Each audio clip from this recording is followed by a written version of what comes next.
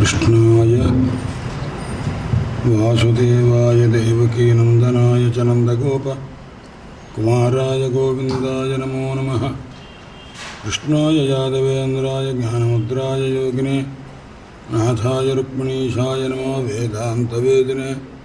गुरुर्ब्रह्मा गुरुर्विष्णुः गुरुर्देवो महेश्वरः गुरुस्साक्षात् परं ब्रह्म तस्मै श्री गुरवे नमः। अज्ञानाञ्जाह्नवीतीर्थं विद्यातीर्थं विवेकिनां सर्वेषां सुखदं तीर्थं भारती तीर्थमाश्रये।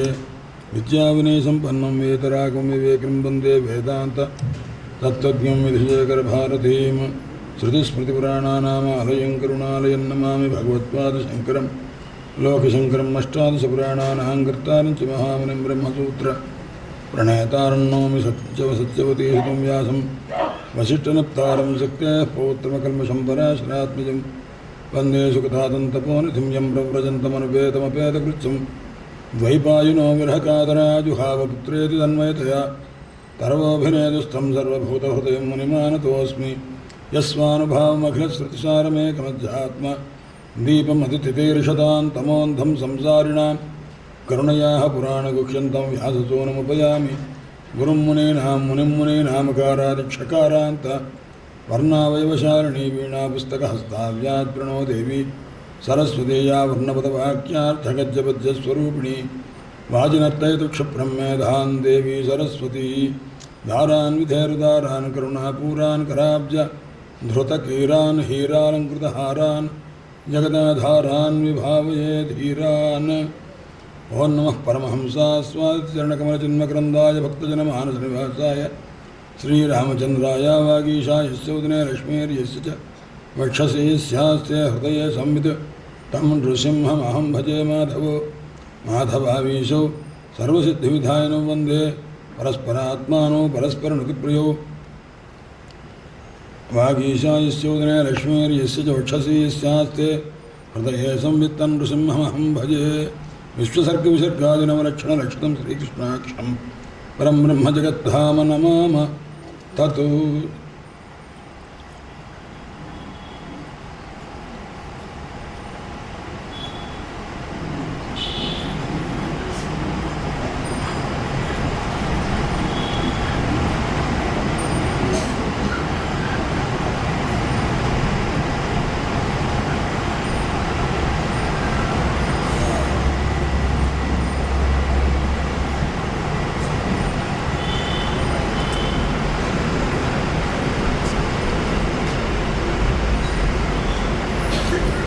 भुवनेश्वरी पाहि मां भुवनेश्वरी पाहि मां भुवनेश्वरी।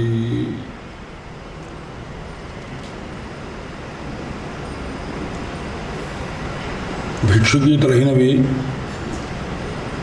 అవంతి దేశంలోని ఒక బ్రాహ్మణుడు గుణహీనుడై ద్రవ్యార్జనపరుడై బంధువుల చేత భార్యాబిడ్డల చేత తిరస్కరింపబడి దేవతల యొక్క పితృదేవతల యొక్క ఆగ్రహానికి గురయ్యాడు. సమస్త సంపదను కోల్పోయాడు. పరమేశ్వరుడు జ్ఞానాన్ని కలగజేశాడు. దాన్ని బట్టి అనవసరంగా నేను ఎందుకు సంపాదించాను, ఈ నా దుఃఖానికి కారణమెవరు, నా దేహమా, ఇంద్రియముల, మనస్స, గ్రహముల, నక్షత్రముల, ఏవి కారణం నేను ఈ దుఃఖాన్ని అనుభవించడానికి అని ఒక్కొక్కదాన్ని ఆలోచించి ఇవి ఏవీ కాదని నా మనస్సే నాకు ఈ రకమైన దుఃఖానికి కారణమని ఆ మనస్సును విషయంలో ఆసక్తి కలిగేట్లు చేసి ఈ రకంగా బాధపడ్డాను. ఇప్పుడు నా మనస్సు పరమాత్మయందు లగ్నం చేసి కృతార్థుణ్ణవుతానని ఆ మహానుభావుడు భిక్షు పరమాత్మను ఉద్దేశించి ధ్యానం చేసుకొని చివరకు ధన్యుడయ్యాడు. విన్నావా నాయన పరీక్షన్ మహారాజా, బహుజన తిరస్కృతుడైన వాడు కూడా భగవత్కృప ఉంటే, భగవద్ అనుసంధానం చేస్తూ ఉంటే, అనుసంధానం అంటే స్మరణం, భగవత్ స్మరణ చేస్తూ ఉంటే కృతార్థుడవుతాడు. కాబట్టి జన సంబంధాన్ని విడిచిపెట్టి, స్నేహపాశాన్ని విడిచిపెట్టి జాగ్రత్తగా ఒంటరిగా వెళ్ళు, ఆ రకంగా ఉండవలసింది అని తితిక్ష భిక్షుపాఖ్యానం చెప్పారు. తర్వాత క్రియాయోగము కర్మలు అది సత్వగుణ ప్రధానమైన, రజోగుణ ప్రధానమైన, తమోగుణ ప్రధానమైన ప్రదేశాలు కూడా ఉంటవి. అంటే ఉదాహరణకి తమోగుణ ప్రధానమైనటువంటి దేశములు ఏది అని అంటే సురాపానం చేసే దేశములు తమోగుణ ప్రధానమైన దేశములు.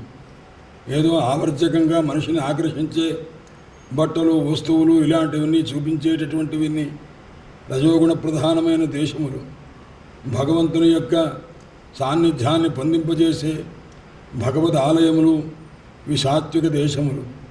అలాగే సాత్వికమైనటువంటి వస్తువులు కూడా ఉంటవి.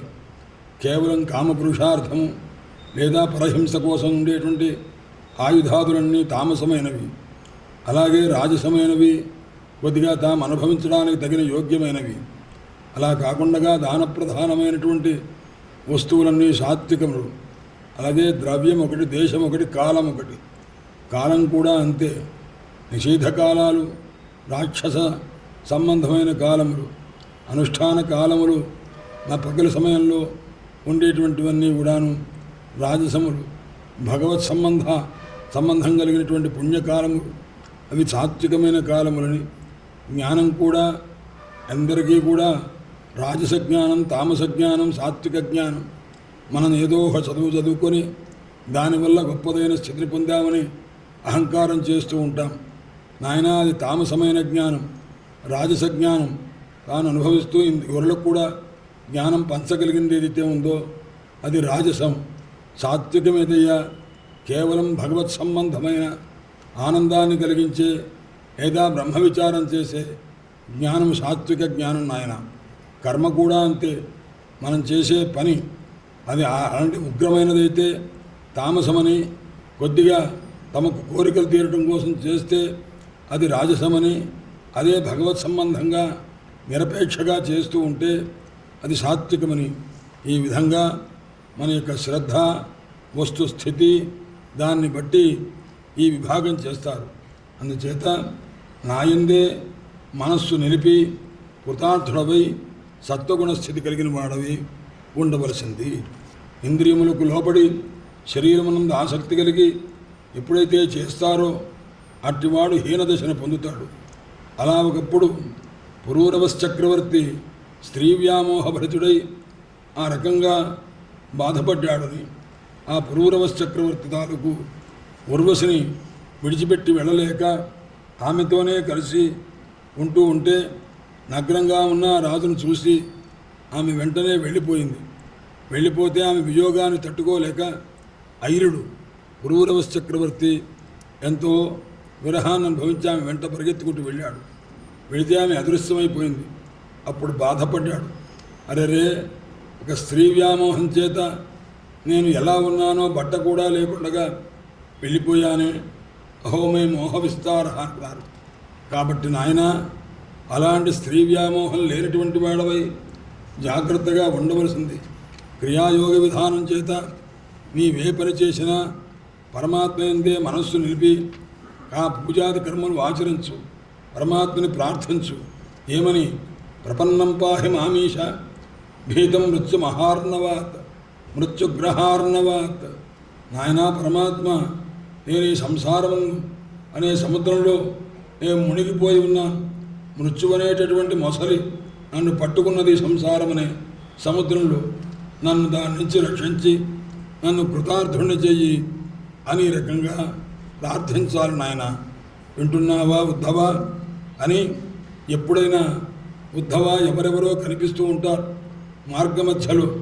వాళ్ళ స్వభావం చేత చేసే కర్మలు బాగున్నవని గొప్పగా ప్రశంసించడం అవసరం లేదు. నీకు బాగా లేకపోతే నిందించను పనిలేదు. పరస్వభావ కర్మాణి న ప్రశంసేత్ నగర్హయేత్. ఇతరుల వారి స్వభావాన్ని బట్టి చేసే మంచి పనులు కానీ చెడ్డ పనులు కానీ ప్రశంసించపని లేదు, నిందించపని లేదు. విశ్వమంతా కూడా ఒకే ఒక స్వరూపంగా భావన చేసి ఉండు. ఆ రకంగా చేస్తే సర్వత్ర పరమాత్మ దర్శనం చేసిన వాడివి అవుతావు అని చెప్పి ఎప్పుడైనా ప్రాపంచిక విషయాల మీద మనస్సు పెట్టి ధ్యానం చేస్తే అనర్థ ప్రాప్తి కలుగుతుంది నాయన. ఆ అనర్థం చేత సంసారంలో పడిపోయి పరమాత్మ యొక్క అనుభూతిని పొందడానికి బహుదూరంలో ఉండిపోతావు. కాబట్టి నాయన ఈ విధంగా ఉండవలసింది అని ఆ మార్గమంతా కూడా ఉపదేశం చేశారు. ఈ సుధిశ్చరుడున్నారు, ఉద్ధవుడన్నారు, స్వామి అన్నిటికంటే కష్టం ఏమిటంటే యోగుల యొక్క చర్య, యోగులు ఎలా ఆచరిస్తారో అలా ఆచరించడం చాలా కష్టమని అనిపిస్తున్నది అని చెప్పి పరమాత్మని ధ్యానం చేశారు. నీ వంటి మహనీయుని ఆ దివ్యమైన ఆరాధన చేయటం సామాన్యమైంది కాదు స్వామి. కించిత్రమచ్యుత తవైతదశేషబంధో దాసేషు అనన్యశరణేషు యదాత్మసాత్వం. అయ్యా ఆశ్చర్యం కాదు, నీ వంటి వారికి నా వంటి దీనుని యందు ఇంత అనుగ్రహం కలిగి ఇంత మహోపదేశం చేశావే. చెప్తూ చెప్తూ చివరిలో అడిగారు, స్వామి నాకు ఆ దివ్యమైనటువంటి ఆ వాక్కును మరొక్కసారి సారభూతమైన విషయాన్ని నాకు ఉపదేశం చేయండి. యువంతర్బహిస్తను హృదాం అశుభం విధున్వన్. ఎవరైతే బాహ్యమైన ఆభ్యంతరమైన లోపల ఉన్న దోషాన్ని బయట దోషాన్ని పోగొట్టుకున్నవాడై ఏ విధంగా నీ యొక్క దివ్యమైన స్వరూపాన్ని నిరంతరము ధ్యానం చేస్తూ ఉండగలడో అట్టి విషయాన్ని నాకు ఉపదేశం చేయి స్వామి, ఒక్కసారి చేయండి అని మరల అడిగాడు. అంతకుముందు చెప్పారు, అనేక విషయాలు చెప్పారు, భగవంతుని పొందడానికి తగిన మార్గాలు చెప్పారు. అనేసరికి పాపం ఇంత ప్రేమ చేత ఆర్తిగా అడుగుతున్న ఆ ఉద్ధవుణ్ణి ఎందు మనస్సు కలిగిన వారే పరమాత్మ ఏం చేశారయ్యా, జగాద సప్రేమ మనోహర స్మిత. ఎంతో ప్రేమగా అడిగితే విసుక్కున్నట్టండి, విసుక్కోలేదు. ప్రేమతో చిరునవ్వుతో చక్కగా నాయన అంత అయ్యయ్యో నీకు చాలా విస్తృతంగా చెప్పి కొద్దిగా కష్టం కలగజేశానేమో నాయన. హంతతే కథయిష్యామి మమ ధర్మాన్ సుమంగళాన్. మనోహరమైన ఆ యొక్క ధర్మాలు చెప్తాను, సులభంగా చెప్తాను. ఈ ధర్మాలను జాగ్రత్తగా ఆచరించినట్లయితే మానవుడు మృత్యువును జయించి మోక్షాన్ని పొందుతాడు నాయన అని చెప్పి పరమాత్మ ఏ విధంగా సమస్తమైన జీవులయందు సమస్తమైన దేశములందు వస్తువులందు పరమాత్మనే దర్శించాలో ఆ విధానమంతా కూడా ఉపదేశం చేశారు. నాయన బ్రాహ్మణుని ఎందు కానీ, అంతేకాకుండా కర్మచండాలుడైన వాడు, జన్మచండాలుడైన వాడు, దొంగ ఎందు కానీ, ఆ రకంగానే సమస్తమైనటువంటి వారు క్రూరుడైన వాని ఎందు, క్రూరత లేని వాని ఎందు సమానమైన దృష్టి కలిగి ఉంటాడు. అట్టివారినే పండితుడు అంటారు. అలా ఉండాలి అంటే పరమాత్మనే సర్వత్రా దర్శించగలిగి ఉండాలి. నరేశ్వభీషణం మద్భావం. మానవుల యందు అంతటా నా రూపమే దర్శించు నాయన. మయా వ్యవసిత సమ్యక్ నిర్గుణత్వాత్. నాయన నీకు చెప్తున్నా ఈ విషయం, నా యందు గొప్ప భక్తిని మై భక్తిని పరాంకుర్వన్, నా యందు గొప్పదైన భక్తిని కలిగిన వాడవై ఎప్పుడైతే ఉంటావో నువ్వు ఎన్ని కర్మలు ఆచరిస్తున్నా ఆ కర్మ సంబంధమైన బంధము నిన్ను అంటనే అంటదు నాయన. ఆ విధంగా చేసుకో అని విధంగా మర్చోయదా త్యక్త సమస్త ధర్మ. మానవుడన్నవాడు సమస్త ధర్మాలు విడిచిపెట్టి నాయందే సమస్తమైన దాన్ని సమర్పించి తదా అమృతత్వం ప్రతిపద్యమాన, అప్పుడు మోక్షాన్ని పొందినటువంటి వాడే నా యొక్క అనుభూతిని పొంది కృతార్థుడవుతాడు నాయన. అందుచేత నీవు కూడా సర్వం మన్మనా భవ, మద్భక్తో భవ, మధ్యాజీ మాన్నమస్కురు అన్నట్టుగా ఈ రకంగా నాయందే మనస్సు కలిగిన వాడు, నా భక్తుడు, నా యొక్క పూజనే చేస్తూ ఉండు, నన్నే పొందవలసింది అని పరమాత్మ శాసించారు దివ్య ఉపదేశ రూపంగా. ఈ విధంగా యోగ మార్గం పద్ధతిని ఆ ఉత్తమ శ్లోకుడైన కృష్ణ పరమాత్మ ఎప్పుడైతే ఉపదేశం చేశారో విన్నాడు. భక్తుడైన ఉద్ధవుడు చేతులు రెండూ జోడించాడు. ప్రీతి చేత కంఠమంతా గద్గదమైపోయింది. ఏమీ చెప్పడానికి అవకాశం లేకపోయింది. ఏమి ఉపదేశము, ఎంత ప్రేమగా చెప్పారు, ఎంత ఆదరంగా. నాయన మర్చిపోయాను రా అబ్బాయి, నీకు చాలా ఎక్కువ విషయం చెప్పి మనస్సును కష్టం కలగజేశానేమో. ఇప్పుడు చెప్తానని మరల చెప్పారే. ఉపనిషత్తుల్లో ఆత్మతత్వం తెలియడం కోసం ఒకసారి 2 సార్ల నవకృత్వోభ్యాసాత్ అంటే 9 సార్లు చెప్పిందే చెప్పి విసుగు కలిగిన ఉపనిషత్తులకు విసుగుంటుందండి. నక్షుపనిషదాం జామిత అస్తి. ఉపనిషత్తులకు జామిత లేదు. జామిత అంటే అలసత్వం లేదు. నీకు తెలిసేంత మటుకు నీవు జీవుడవు కాదు, నీవు పరమాత్మ స్వరూపము అని చెప్తూ ఒక ఉపనిషత్తు చెప్పిందా? ఎన్ని ఉపనిషత్తులు చెప్పినవి, ఎన్నిసార్లు చెప్పినవి. అదే రీతిగా పరమాత్మ కూడా నాయన సర్వత్ర పరమాత్మను దర్శించరా అబ్బాయి, అంతటా పరమాత్మే ఉన్నారని భావన చెయ్యి, నాయందే ఆ రకంగా మనస్సు నిలుపుకో అని ఈ విధంగా చెప్పేసరికి చేతులు జోడించి నమస్కారం చేసి మనస్సును కాస్త స్థిరంగా నిలుపుకొని ధైర్యం చేత నాయనా పరీక్షన్ మహారాజా వింటున్నావుట్రా అబ్బాయి, ఆ ఉద్ధవుని యొక్క గొప్ప స్థితిని పరమాత్మ చేత మహోపదేశం పొందారు, మీ తాత పొందారు, అర్జునుడు పొందాడు ఉపదేశం. కానీ అంతకంటే కూడా చూడు, ఆ ఉద్ధవుని యొక్క భక్తి చూడు.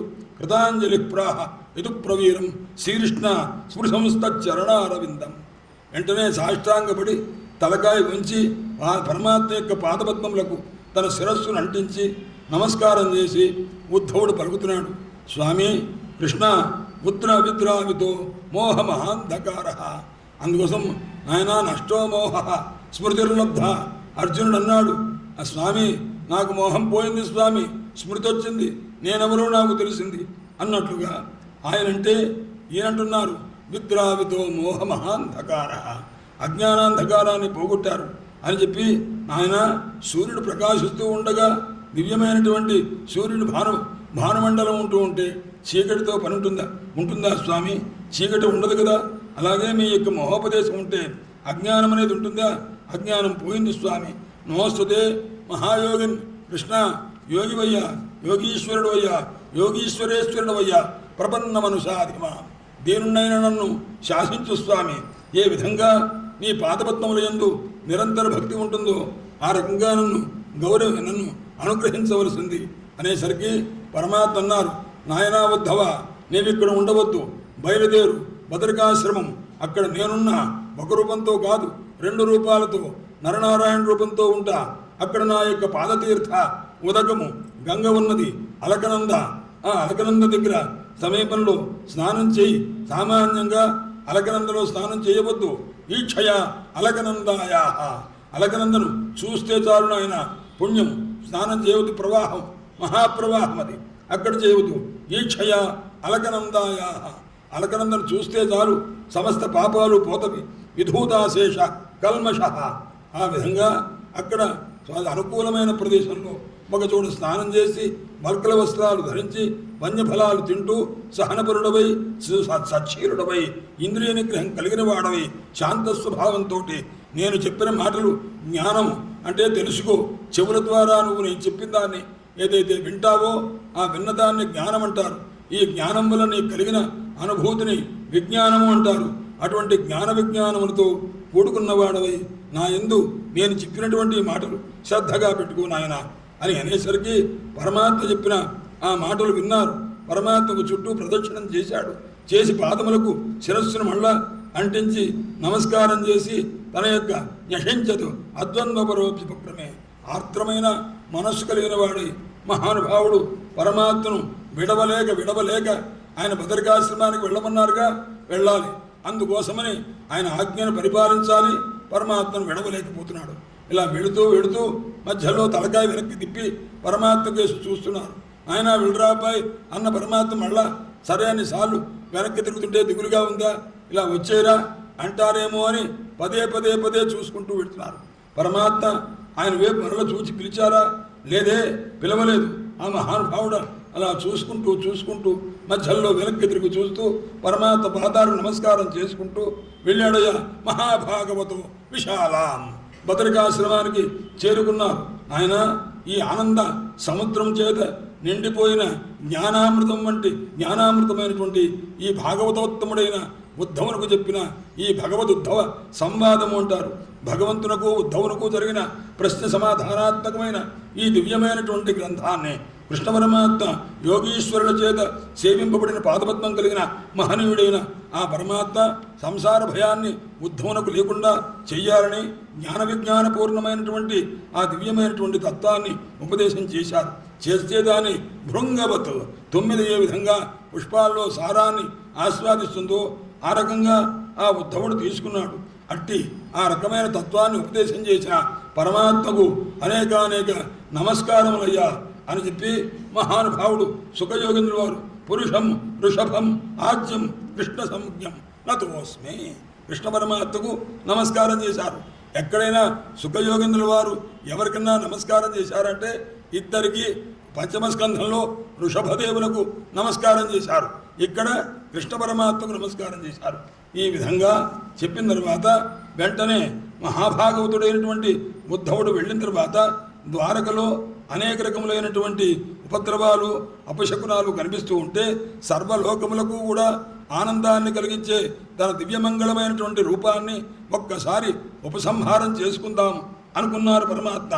ప్రత్యాకృష్టం ఏ గోపికలైతే ఏ 16,000 మంది 16,120 మంది భార్యలైతే కానీ పరమాత్మ ఒకసారి చూసిన తర్వాత ఆ కళ్ళు పక్కకు ఇంకో వస్తువును కానీ విషయాన్ని కానీ చూడటానికి ఇష్టపడవో అటువంటి దివ్యమైనటువంటి పరమాత్మ యొక్క రూపము దివ్యమంగళ రూపము ఆయన ఉపసంహారం చేద్దాము అనుకున్నారన్న సంగతి తెలిసింది. ఇంత లోపల భూమి మీద ఆకాశంలో అంతరిక్షంలో వచ్చిన ఉపద్రవాలు చూచారు. వెంటనే పరమాత్మ చెప్పారు, ఇక్కడ ఒక నిమిషం కూడా ఉండకూడదు, బయలుదేరండి అని చెప్పి ఎదుపుంగవులందరినీ కూడా బయలుదేరదీశారు. ఎక్కడికి వెళ్ళారు అన్నారు, ఆ ప్రభాస క్షేత్రంకి వెళ్ళారు. వెళ్ళిన పరమయా భక్త సర్వ సంశ్రయ దివ్యమైనటువంటి అక్కడంతా కూడా క్షేత్రానికి వెళ్ళారు. అందరూ కూడాను కలిసి అనేక స్నానం చేసి దాన ధర్మాదులంతా చేశారు. అందరూ బయలుదేరి వెళ్ళి ఏదో ఇంతదంతా అయిపోయిన తర్వాత గొప్ప దానం చేశాం, ధర్మం చేశాం, జ్ఞానం కలిగింది, మనం హాయిగా ఉన్నామని ఎప్పుడైనా యాదవులు వ్రతపూర్తి అయిపోయిన తర్వాత సంతోషం చేత కొద్దిగా మద్యపానం చేస్తూ ఉంటారు. అలా కొంతమంది యాదవులంతా మద్యపానం చేశారు. చేయగానే విప్రశాపం యొక్క కారణం చేత అంతకుముందు ఎంత పుచ్చుకున్నా అది ఎప్పుడూ మత్తిచ్చి ఒక మనిషిని తెలియకుండా చేసేది కాదు. ఎప్పుడైతే పరమాత్మ సంకల్పం ఈ రకంగా ఉందో, ఋషుల శాపము ఆ విధంగా ఉందో, దానికి తగ్గట్టుగా వీళ్ళందరూ కూడా ఎప్పుడైతే మద్యపానం చేశారో యుయుధు ఒకళ్ళ మీద ఒకళ్ళు కొట్టుకున్నారు. తండ్రి కొడుకులు, ఆ రకంగానే మామగారు అల్లుడు తండ్రి అన్నదమ్ములు అందరూ పరస్పరం కొట్టుకున్నారు. బలరాముల వారిని కూడా కొట్టడం మొదలుపెట్టారు. విచక్షణ లేకుండా దాశారహ విష్ణుని హృష్యందక భోజసాత్వదాం అయినా వీళ్ళంతా కూడా కొట్టుకున్నారు. బాణాలన్నీ కూడా పోయినవి, ధనుస్సులు పోయినవి, కత్తులు తీసుకున్నారు, కత్తులు కాస్త విరిగిపోయినవి, అవిపోయినవి ఇవ్వని ఆయుధాలు ఎవరి చేతులు లేవు. ఎవరి చేతులు లేకపోతే యుద్ధం మాత్రం చేస్తూనే ఉన్నారు. ఇంత లోపల అక్కడ ఉన్న తుంగ గడ్డి ఉందే, ఆ గడ్డిని కూడా ఒక్కొక్క దానికి వజ్రాయుధంతో సమానమైన శక్తి వచ్చింది. అవి తీసుకున్నారు. అవి తీసుకుని ఒకరినొకళ్ళు దాంతో కొట్టుకున్నారు. కొడితే వజ్రాయుధంతో కొట్టినంత దెబ్బలు కలుగుతున్నాం అనమాట. శరేషు క్షీయమాణేషు భజ్యమానేషు ధర్మసు శస్త్రేషు క్షీయమాణేషు. అప్పుడు గడ్డి కూడా ఆ రెల్లు కూడా ఎలా ఉందయ్యా అన్నాడు. అంటే వజ్రకల్పాభవాన్ని వజ్రంతో సమానమైనవి అయినవి. ఆ విధంగా అందరూ కొట్టుకున్నారు. కొట్టుకొని దేనివల్లయ్యా అందరూ పోయారండి, ఒక్కళ్ళు మిగలలేదు. బలరాముల వారు కూడా విచక్షణారహితులై యాదవులు తనవాడు తనను కొడుతూ ఉంటే పరమాత్మ ఏం చేశారయ్యా అన్నాడు. ఆ మహానుభావుడు కూడా వెంటనే శరీరాన్ని కాస్త విడిచిపెట్టి అంతర్ధానమైపోయారు. ఆదిశేష రూపంగా వైకుంఠానికి వెళ్ళారు. బ్రహ్మశాపం చేత కొట్టబడ్డారు, కృష్ణమాయ చేత ఆవరింపబడ్డారు. అందువల్ల వాడుకు విచక్షణ అనేటువంటిది లేకుండా పోయింది. రామ సముద్ర వేలాయాం బలరాముల వారు సముద్రం దగ్గర యోగాన్ చేత తన శరీరాన్ని కాస్త విడిచిపెట్టి మానుషమైన శరీరాన్ని విడిచిపెట్టి తన ఆత్మస్వరూపాన్ని ఆ దివ్యమైనటువంటి వైకుంఠానికి వెళ్ళారు. పరమాత్మ ఎప్పుడైతే అంతర్ధానం అయ్యారో దేవకీసుతుడైన ఆ సమయంలో అందరూ మొత్తం ఎలా ఉందయ్యా అన్నారు. అందరూ స్వరూపాలు ఉన్నవా అన్నారు. అందరూ కాస్త ఎగిరిపోయారండి. ఎవరైతే పోయారని కళేబరాలున్నవో కళేబరాలు కాస్త అదృశ్యమైపోయినవి. ఇలాంటి స్థితిలో మహానుభావుడు కృష్ణ పరమాత్మ ఒక్కరే ఉన్నారు. ఒక్కరే ఉండి ఎక్కడ కూర్చున్నారు అన్నాడు. ధరోపస్థే తూష్ణీం ఆసాధ్య పిప్పలం. ఆయన ఒక అశ్వత్థ వృక్షం కింద కూర్చోనున్నాడు. ఎలా ఉన్నారయ్యా అన్నారు. చతుర్భుజమూర్తి అయి కూర్చోనున్నాడు. మహాప్రకాశంగా ఉన్నారు. శ్రీవత్సాంకులై ఘనశ్యాముడై తప్తహాటకమైన బంగారు వర్చస్సు కలిగి ఉన్నారయ్యా. అట్టి పీతాంబరధారి అయినటువంటి పరమాత్మ చతుర్భుజుడు ఇలా ఉంటూ ఉండగా ఎలా ఉన్నారయ్యా. వృత్తోరో దక్షిణే అంటే ఎడమకాలని కుడికాలు తొడ మీద వేసుకుని కూర్చున్నాడు. ఆ తర్వాత కాలు కదిలిస్తూ ఉన్నారు. ఎడమకాలు ఆ కాలి బట్టల వేలను చూచి అవతలెక్కడో పొదలచాడున్నటువంటి ఒక జరుడు అనేటటువంటి వాడు ఆటవికుడు లేడి ముఖమేదో కదులుతున్నట్టుగా ఉందనో ఏదో అనుకొని వెంటనే వాడు మృగస్య ఆకారం తచ్చరణం అంటే మృగం వంటి ఆకారం కలిగిన పరమాత్మ పాదాన్ని చూచి వివ్యాధ మృగశంకయ మృగం అనుకొని కొట్టాడు. ఆ చతుర్భుజమూర్తికి అది తగిలింది. వెంటనే పరిగెత్తుకుంటూ వచ్చాడు పరమాత్మ దగ్గరికి. వచ్చేసరికి పరమాత్మ ఉన్నారు.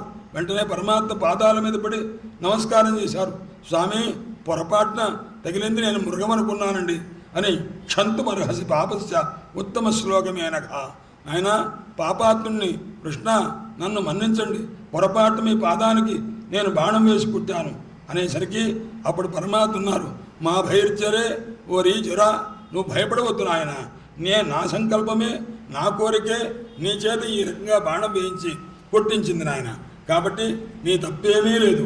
కాబట్టి నువ్వేం చేస్తావంటే, యా హిత్వం మదనుజ్ఞాత, నన్ను బాణంతో కొట్టినటువంటి ఆ పుణ్య విశేషం చేత నీవు బయలుదేరి వెళ్ళి శుభ్రంగా స్వర్గంలో నివసించు. స్వర్గం సుకృతినాం పదం, స్వర్గానికి వెళ్ళి అందుండవలసింది అని పరమాత్మ ఆదేశించారు. ఇప్పుడు ఆ జరుడు కూడా లేరు, పరమాత్మ ఒక్కరే ఉన్నారు. ఇప్పుడు కూడా ఎలా ఉన్నారు? వీరాసనంలో ఉన్నారు. ఇంత లోపల దారుకుడనేవాడు కృష్ణ పరమాత్మ యొక్క రథసారథి. కృష్ణ పరమాత్మ ఎక్కడున్నారా అని చూస్తూ ఉన్నారు. ఒక దివ్యమైన తులసీమాల యొక్క గంధము చాలా దూరం నుంచి అతనికి పీల్చాడు అనమాట. ఎక్కడో తులసీమాల గంధం ఉంది. ఈ తులసిమాల పరమాత్మ వేసుకున్న మాల, అది ఎటుగా వస్తుందా ఈ వాసన అని ఆ వాసనను బట్టి కొంత దూరం నడిస్తే ఒక చోట ఆ అశ్వత్థ వృక్షం కింద పరమాత్మ కూర్చొని ఉన్నారు. అప్పుడు చూచారు, పరమాత్మకు నమస్కారం చేశారు. నమస్కారం చేస్తే, స్వామి మీరు లేకపోతే ప్రభో దృష్టి ప్రణష్ట తమసి ప్రవిష్ట, మీరు లేకపోతే దృష్టి అంతా కూడా నష్టమైపోయింది, చూపు పోయింది, అజ్ఞానంలో పడిపోతున్నాము. కాబట్టి స్వామి రావలసింది అనంటే అప్పుడు స్వామివారు అన్నారు, నాయనా దారుక గచ్చద్వారవతి, ద్వారకకు వెళ్ళరా, అక్కడ మా వాళ్ళు ఉంటారు, జ్ఞాతులు కొంతమంది ఉంటారు, వాళ్ళందరినీ కూడాను ఏం చేస్తామంటే కొంతమందికి చెప్పు, ఇక్కడ అంతా కూడా యాదవులంతా చనిపోయారన్న విషయాన్ని అక్కడ ఉన్న వాళ్ళకి చెప్పు. సంకర్షణులు బలరాముల వారు వెళ్ళిపోయారు, మిగతా అందరూ వెళ్ళిపోయారు, ఈ విషయమంతా చెప్పు. నేను లేని ద్వారకని సముద్రుడు చూస్తూ ఊరుకోడు, సముద్రుడు కాస్త ముంచివేస్తారు. అక్కడ అర్జునుడు ఉంటారు, నా భార్యలు కొందరు అక్కడే ఉన్నారు, వాళ్ళందరినీ కూడా అర్జునుని కాస్త హస్తినాపురానికి తీసుకెళ్ళమని నేను చెప్పానని చెప్పు నాయన అనే విధంగా చెప్పారు. ఆ దారుకుడు కృష్ణపాదములను నమస్కారం చేసి మహానుభావుడు బయలుదేరి వెళ్ళారు.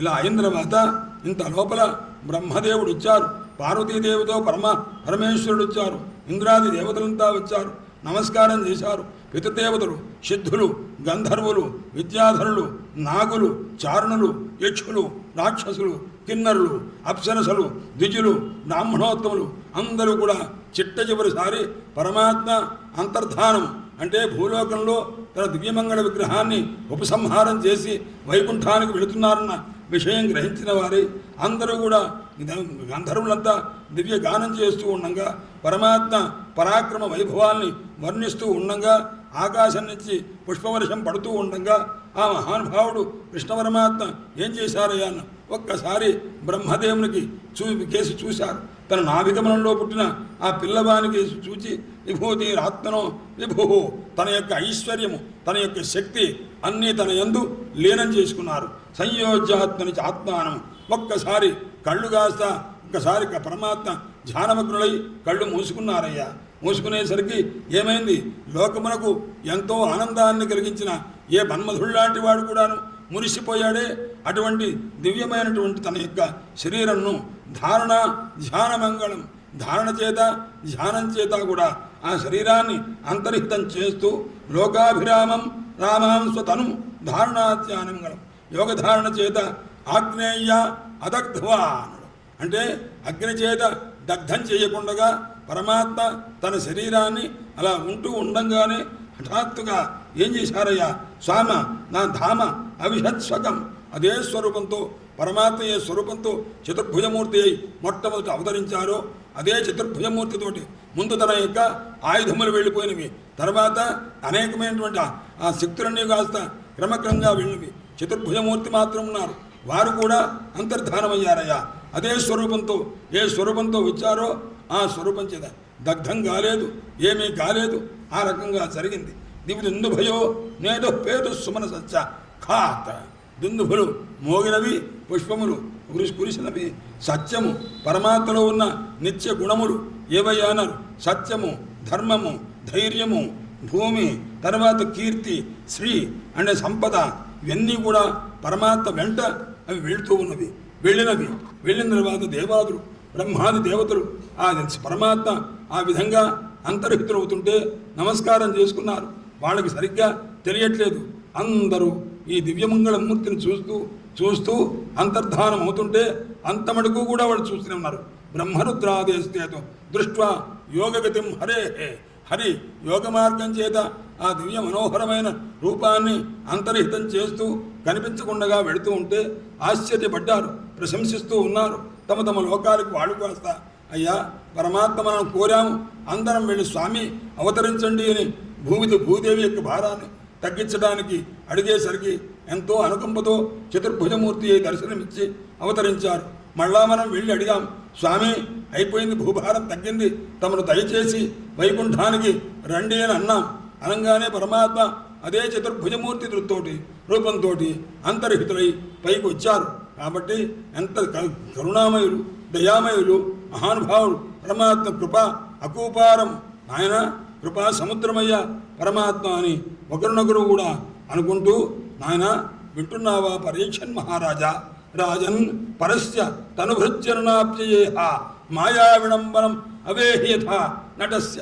పరమాత్మ అంతర్ధానమయ్యారని మాట అంటుంటే పాపం వింటున్న పరీక్షన్ మహారాజుకి కంటి వెంట నీరు వచ్చింది. ఎందుకంటే ఏ అశ్వత్థామ బ్రహ్మాస్త్రం నా మీద వేస్తే నన్ను ఆపటానికి పరమాత్మ చతుర్భుజమూర్తి అయి నాకంటే ముందు కూర్చొని ఒక అన్నగారులాగా తమ్ముడిని రక్షించడానికో అన్నట్లుగా మహానుభావుడు నా ముందుండి గద తిప్పుతూ కడుపులోనే నాకు దర్శనమిచ్చిన మహానుభావుడు ఈ భూలోకంలో ఉండకుండగా అంతర్ధానమైపోయారే అన్న మాటను వినలేక దుఃఖితుడై కంటి వెంట నీళ్లు పెట్టుకుంటే ఆ సన్నివేశాన్ని చూచి పరీక్షన్ మహారాజుతోటి సుఖయోగిని వారు, నాయన పరమాత్మ ఏ రకంగా అవతరించారో ఆయన పుట్టడం కానీ అది లయం కానీ ఇదంతా కూడా మాయా విడంబనం అవేహే. ఆయన పుట్టింది లేదు, ఆయన అంతర్హితమైంది లేదు, ఇదంతా కూడా నటస్య. ఒక నటుడు వేషం వేసుకొని వస్తారు, తర్వాత కొంత అయిన తర్వాత ఆ వేషం ఇష్టం లేక వెంటనే దాన్ని కాస్త తీసేస్తారు. అలా అనుకోనాయన, అంతకంటే నువ్వు తెలుసుకోవలసింది లేదు. ఎందుకంటే ఈ ప్రపంచాన్ని మొత్తాన్ని సృష్టించి అందులో ప్రవేశించి అందులో విహరించి చివర దాన్ని కాస్త దాని మొత్తాన్ని అంతర్ధానం చేసి పరమాత్మ కాస్త వెళ్ళారు. అయితే పరమాత్మ ఆయన కాస్త అస్తమించారు, ప్రాణత్యాగం చేశారు. ఇలాంటి పిచ్చి మాటలు మాత్రం మాట్లాడవద్దు. భాష రానివాడివి, భావం లేనివాడివి, భక్తి లేనివాడివి అని నీవు అపకీర్తిని పొందుతావురా అబ్బాయి. నేను చెప్తున్నా విను. ఎందుకంటే మర్చేనయో గురు సుతం, నాయన మనుష్య రూపంగా ఉండంగానే ఎవరైతే గురువుగారైన సాందీపని మహర్షి యొక్క కుమారుడు ఎప్పుడో చనిపోతే, నాయన చదువంతా అయిపోయిన తర్వాత మా కుమారుడు కొన్ని సంవత్సరాల క్రితం పోయాడు, సముద్రంలో పడిపోయాడు, నదిలో పడి, అందుకోసం తీసుకొస్తారా అంటే ఠక్కును తీసుకొచ్చారే. అలాంటి పరమాత్మ ఆయన దేహాన్ని చాలించడం, అస్తమించడం, మరణించడం ఇలాంటి శబ్దాలు కుదురుతావా నాయన? అజ్ఞానం కాకపోతే అదే రీతిగా నువ్వెక్కడో ఉంటే అక్కడ నాయన బ్రహ్మాస్త్రం చేత దగ్ధుడు అయిపోతుంటే నిన్ను కాస్త రక్షించారే. అట్టి పరమాత్మ తను తాను రక్షించుకోలేరు. ఒక బాణం వేస్తే ఆ దెబ్బకి ఆయన కాస్త శరీరాన్ని విడుస్తారా నాయన? ఏ శాపాలు పరమాత్మని ఏ రకంగా ఇబ్బంది పెట్టగలవు? పరమాత్మకు శాపమా? ఆ శాపాన్ని అనుభవించవలసిన అవసరమా? ఇదేనా ఉంటుందా నాయన? ఇంతేకాదు, కిం స్వావనే శరణయత్ మృగయం సదేహం మృగయం సుదేహం. తను చంపడానికి వచ్చినటువంటి బాణం వేసినటువంటి ఆ జరుడికి వెంటనే దివ్యమైనటువంటి స్వర్గలోకాన్ని ఇచ్చారే. అట్టి పరమాత్మకు కష్టమా నాయన? లేదు. పరమాత్మ అంతర్ధానం చెందారు. ఏ రూపంతో అవతరించారో ఆ చతుర్భుజమూర్తిగాని అంతర్ధానం చెందారన్న విషయాన్ని గ్రహించు నాయన. ఎవరైతే ఈ పరమాత్మ యొక్క దివ్యమైనటువంటి ఆవిర్భావము అక్కడ మొట్టమొదటిలో తమ అద్భుతం అని చెప్పుకున్నాం, తిరోభావము ఇక్కడ చెప్పుకున్నాం. ఈ ఆవిర్భావ తిరోభావములు, ఆవిర్భావ అంతర్ధానములు, ఈ కథను ఎవరైతే పొద్దున్నే లేచి కృష్ణ పరమాత్మ యొక్క ఈ కథను తెలుసుకుంటారో, శుద్ధి కలిగి చదువుతారో, కీర్తన చేస్తారో, అటువంటి ఆ సందర్భంలో పరమాత్మ యొక్క స్వరూపాన్ని పొందుతారు నాయన అని ఈ విధంగా చెప్పారు. ఆ విధంగా పరమాత్మ యొక్క దివ్యమైనటువంటి స్వరూపాన్ని చెప్పారు. తద్దేహం అపకృత్య అగ్నిమావిశన్ వాసుని. ఆ తర్వాత పరమాత్మ అంతర్ధానమయ్యారని తెలిసింది సమస్తమైన వారు. దేవకీదేవి, రోహిణి, వసుదేవుడు సమస్తమైనటువంటి వారు కూడా కృష్ణ పరమాత్మని బలరాముల వారు కనిపించలేదు, శోకార్తులైపోయారు. వాళ్ళంతా ప్రాణాలు విడిచిపెట్టారయ్యా అన్నారు. కొంతమంది కృష్ణ పరమాత్మ భార్యలంతా కూడాను చాలామంది ఏం చేశారయ్యా అన్నారు.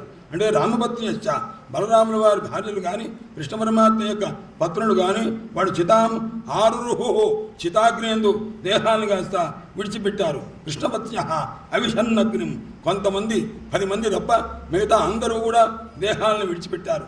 అర్జునుడు తన కృష్ణ మాత్రము పరమాత్మ అంతర్ధానమైన సన్నివేశాన్ని తెలుసుకొని దారుకుని ద్వారా తెలుసుకొని చాలా బాధపడి మన బావగారు చెప్పిన రీతిగా ఆయన భార్యలు కొంతమందిని నెమ్మదిగా ద్వారక నుంచి హస్తినకు తీసుకువెడుతూ ఉన్నారు. ఆ రకంగా జరిగింది. బావగారు చెప్పినటువంటి అంటే కృష్ణ పరమాత్మ చెప్పినటువంటి దివ్యమైన గీతోపదేశం యొక్క సారము హృదయంలో నిండి ఉండడం చేత పరమాత్మ వియోగాన్ని ఎట్టకేలకు డగ్గుత్తికతో గద్గదస్వరం కలిగి దాని దుఃఖాన్ని దిగమింగుకుంటూ మహానుభావుడు తిన్నగా వెళ్ళారు. ఆయన ఈ విధంగా భగవంతుడైన కృష్ణ పరమాత్మ దేహాన్ని విడిచిపెట్టారు. అందువల్ల ముక్తి లీల అంటారు. ముక్తి అంటే ఏం విడిచిపెట్టారయ్యా అన్నారు. అంటే ఏ చతుర్భుజమూర్తి రూపం తర్వాత ఏ కృష్ణ రూపం ఉన్నదో ద్విభుజ రూపం ఉన్నదో అట్టి రూపాన్ని కాస్త పరమాత్మ విడిచిపెట్టి ఎప్పుడైతే అంతర్ధానమై చతుర్భుజ రూపంగా వెళ్ళారో అందువల్ల భగవంతునికి కూడా ఇక్కడ ముక్తి ఉంది, భగవద్భక్తులకు కూడా ఇక్కడ ముక్తి ఉంది. అందువల్ల రూపముక్తి ఆకార స్వరూపం యొక్క ముక్తి విడుదల ఉంది కాబట్టి ఇది ముక్తి లీల. ఇది కాకుండా తన ఉపదేశం చేత ఆ ఉద్ధవునకు కూడా సంసార బంధ ముక్తిని కలిగించారు కాబట్టి ముక్తి లీల అంటారు. ఈ విధంగా 11వ స్కంధము సమాప్తమైనది.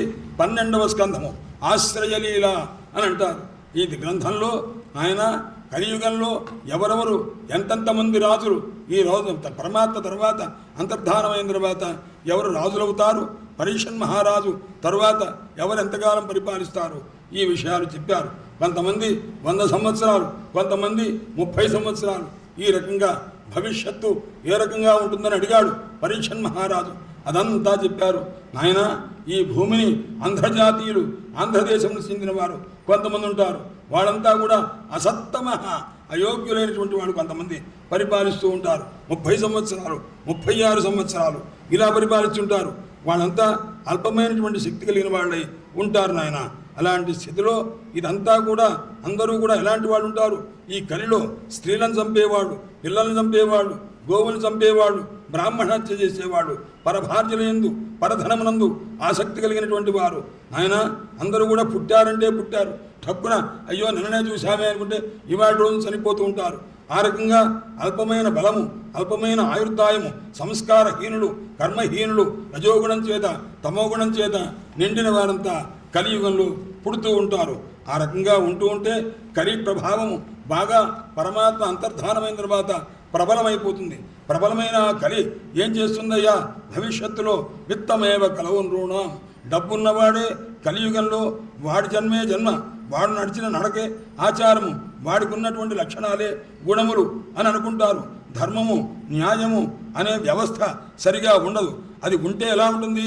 వాడికున్న బలమే ధర్మము, వాడు చేసిందే న్యాయము అనుకుంటారు తప్ప శాస్త్రీయ మార్గము ఉండదు. నాయన అందరూ కూడా దాంపత్య సుఖమునందే గొప్ప ఆసక్తి తప్ప ఇంకొక రకమైన ధార్మికమైనటువంటి దృష్టే ఉండదు.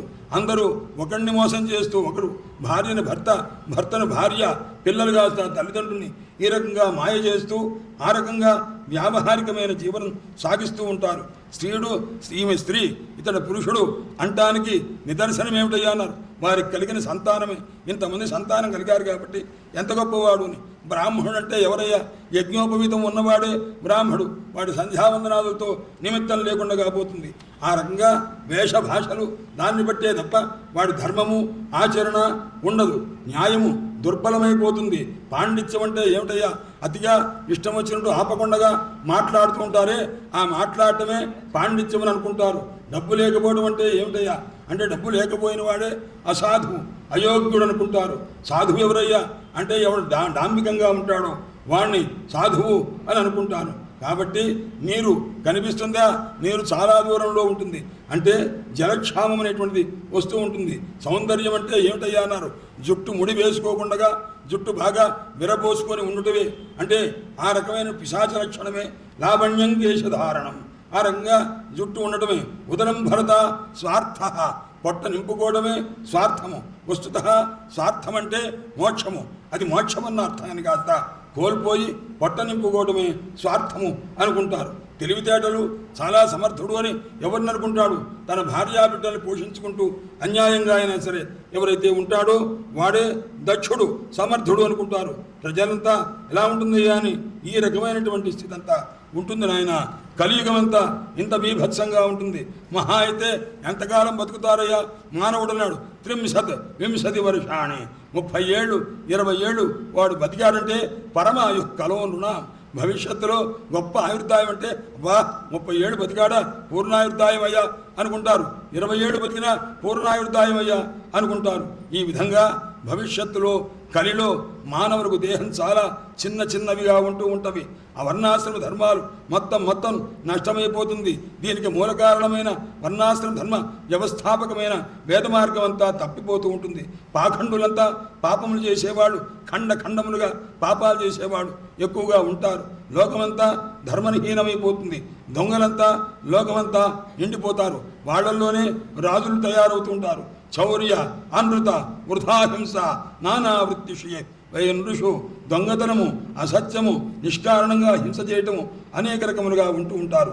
ఇలా ఉంటూ ఉండగా ఆయన అందరూ కూడా యావులు ఎంతుంటవయ్యానడు, మేకలంత ఉంటవిట, ఆవులంతా అంత అయిపోతవి. అందుచేత ఈ విధంగా అందరూ బలహీనములైపోతుంటే శంభలమనే గ్రామంలో ఒక బ్రాహ్మణుని యొక్క కుమారుడు రూపంగా విష్ణు యశస్సుడు అనేటువంటి ఆయన కుమారుడుగా కల్కి అనేటువంటి మహానుభావుడు శ్రీమన్నారాయణమూర్తి ఆవిర్భవించి యావత్తు అయోగ్యులైన వారందరినీ సంహారం చేస్తారు నాయన.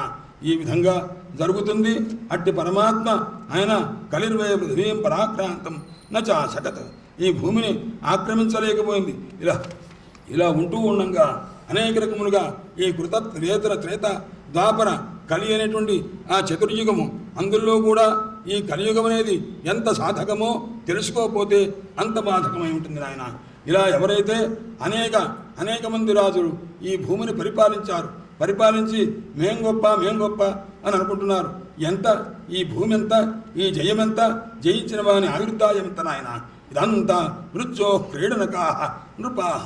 ఈ రాజులు కానీ, వీరి రాజ్యం కానీ, వీరి పరిపాలన కానీ మృత్యుదేవత ఆడించేటటువంటి తోలుబొమ్మలాటరా అబ్బాయి. అందుచేత కామయేష నరేంద్రాణం మోఘస్యాత్ విదుషామపి, వారి కోరికంతా కూడా పయఃఫేనని ఫేనోపమే. అయినా నీటిలో ఉన్న నీటి బుడగలు ఏ విధంగా అయితే శాశ్వతములు కావో ఆ రకంగా వీళ్ళ సంపదలు కానీ వీళ్ళ ఆధిపత్యం కానీ శాశ్వతం కాదు. ఏం క్రమేణ జేష్యామ పృథివీ, ఈ రాజ్యం సంపాదించాం, ఆ రాజ్యం సంపాదిస్తాం, అది తర్వాత ఈ రాజ్యం అని అనుకుంటుంటే వాళ్ళందరినీ చూచి ఆ భూదేవత నవ్వుతుంటుందిట. నాయన మీరు నన్ను జయించడం ఏమిట్రా పిచ్చివాళ్ళారా, మీరు ఎప్పుడు పోతారో మీకే తెలియదు. నిశ్వాసే నహి విశ్వాస, మీ నిట్టూర్పు ఏది చివరో మీకు తెలియదురా. మీరంతా పోతే నేను మాత్రం మిగిలే ఉంటా. నేను తగ్గనే, నేను పెరగనే, నేను తగ్గనే, నేను స్థిరంగానే ఉంటాను నాయన. ఎంతమంది ఈ భూమిని పరిపాలించాలని ప్రయత్నం చేశారు. పృథు చక్రవర్తి, పురూరవస్ చక్రవర్తి, గాధి మహారాజు, నహుష చక్రవర్తి, భరతుడు, కార్తవీర్యార్జునుడు, మాంధాత, సగర చక్రవర్తి, శ్రీరామచంద్రమూర్తి, ఖట్వాంగుడు, దుందుహ, రఘు, తృణబిందు, యయాతి, శర్యాతి, శంతను, గయ, భగీరథ, కువలయాశ్వ, కకుత్స్థ, నైషధ, నృగ, హిరణ్యకశిపు, వృత్ర, రావణ, వీళ్ళంతా నముచి, శంబర, భౌమ, నరకాసురుడు, హిరణ్యాక్షుడు, తారకుడు ఎంతెంతమందో నన్ను పరిపాలించారా. పరిపాలించి వాళ్ళు ఎవరన్నా మిగిలారా? నేను మాత్రం అలాగే ఉన్నానే, మీరంతా పోయారు. మీరేమిట్రా భూమిని చేశావా అంటారేమిట్రా? పిచ్చి వెదవల్లారా, మీరు భూమిని జీవించడం ఏమిట్రా? మేము మృత్యువుని నేను చూశానురా, అందరినీ చూశాను నాయన. ఎంతమంది ఎగిరిపోయారు, అందరినీ చూశా. కథావశేష కాలేన, మీరంతా కాలం చేత కథావశేష, కథలో మాత్రమే మిగిలారు. అకృతార్థులు, మీరు ఏది పరిపూర్ణం చేసుకోలేకపోయారు అని ఈ విధంగా ఆ మహాతల్లి భూదేవి చిట్ట చివరికి గీతములు ఈ రకంగా పలికింది. అందుకోసము భూమి గీతతో 12 స్కంధం సమాప్తి అయిపోతుందన్నమాట. అటువంటి కేనోపాయేన భగవన్ కలేర్దోషాన్ కలోచనా. ఇదంతా విన్నారు. స్వామి, ఈ కలియుగంలో కలిదోషాలు ఏ విధంగా పోగొట్టుకుంటారండి, ఆ విషయాన్ని చెప్పండి అన్నారు. ఆ విషయం చెప్పారు. నాయన, తపస్సు, సత్యము, దయా, దానము ఇలాంటివన్నీ ఉండాలి. కలిలో ధర్మాన్ని ఆచరించితే దానివల్ల కృతార్థత చెందుతారు. అట్టి స్థితి కలగాలి అంటే భగవద్భక్తి ఉండాలి. కలిలో భగవంతుని యందు భక్తి తప్ప వేరొకటి సాధకం కానే కాదు నాయన. ఈ కలి మహా భయంకరంగా ఉంటుంది. ఇక్కడ ఏముంటుందయ్యా అన్నారు. అసత్యము, అలసత, నిద్ర, హింస, విష అంటే భక్షణ, తినకూడని పదార్థాలు తినటం, దానివల్ల శోకము, మోహము, భయము, దైన్యము ఇవన్నీ ఏర్పడుతుంది. అందుచేత అందరూ కూడాను స్వల్ప దృష్టి గలవారు, హీన దృష్టి గలవాడు, అతిగా తింటూ ఉండేవాడు, ఇలాంటి వాడు, విత్తహీనుడైన వారు, దాని కామం ఎక్కువగా గలవారు, స్త్రీలంతా స్వైరణులు, ఎవరితో చెప్పే పని లేదు, ఎవరు ఇష్టం వచ్చినట్టు వాడు తిరుగుతూ ఉంటారు. అందుచేత దస్యోత్కృష్టా, దొంగలంతా నిండిపోయి ఉంటారు. వేదములన్నీ కూడాను పాఖండ దూషితా, నాస్తికులు నిందిస్తూ ఉంటారు. ప్రత్యక్షంగా ఏ రకమైన భయం లేకుండా చేస్తూ ఉంటారు. వ్రతహీనులై ఉంటారు. బ్రహ్మచారులు, భిక్షువులంతా కూడా శౌచాచార వివర్జితులై ఉంటారు. కుటుంబస్తులంతా ధర్మహీనులైపోతారు. అందరూ కూడా హ్రస్వకాయా, పొట్టి స్వరూపంతో ఉంటారు. అతిగా తింటూ ఉంటారు. అనేక మంది సంతానాన్ని కంటూ ఉంటారు. సిగ్గులేక ప్రవర్తిస్తుంటారు. అతి కఠినంగా మాట్లాడుతుండేటువంటి ఆడవాళ్ళంతా ఉంటారు. చౌర్యము, దొంగతనము, మాయ, కపటము, నిష్కారణంగా పెద్దగా నవ్వుతూ ఉండటము, అతి సాహసం చేస్తూ ఉండటము, ఇవన్నీ కూడా చేస్తుంటారు. పతిని త్యక్ష్యంతి నిర్ద్రవ్యం, డబ్బు లేదని భర్తని వదిలిపెట్టే ఆడవాళ్ళు, సౌందర్యంగా లేదని భార్యను విడిచిపెట్టే మగవాళ్ళు, ఇలాంటి హీనులైనటువంటి వాళ్ళంతా వృత్యం విపన్నం పతయ ఇలా చేస్తూ ఉంటారు. ఆడబిడ్డలు ఎవరయ్యా గొప్పవాళ్ళు అన్నారు. ననాదృశ్యాల సంవాదా దీనా స్త్రైణా కలవు నరాహ. ఆడబిడ్డతో సమస్య ఎవరితో చెప్పుకుంటారయ్యా అన్నారు. ఆడబిడ్డ సలహా, బావమరిది సలహా, ఈ రకంగానే ఇల్లు నడుస్తుంది. తల్లిదండ్రులున్నా వాళ్ళ సలహా తీసుకోరు. కలవు కాకినికి ఏర్తే. నాయన, ఒక బంగారు నాణము, ఒక రూపాయి, ఆ రూపాయి కోసం అర్థే విగృహ్య త్యక్త సౌహృదా, రూపాయి దగ్గర తేడా వచ్చి కొట్టుకొని చచ్చిపోతూ ఉంటారు. చక్షంతి ప్రియాన్ ప్రాణాన్, ప్రియమైన ప్రాణాన్ని విడిచిపెడతారు. నరిక్షంతి మనిషా స్థవిరౌ పితరావపి.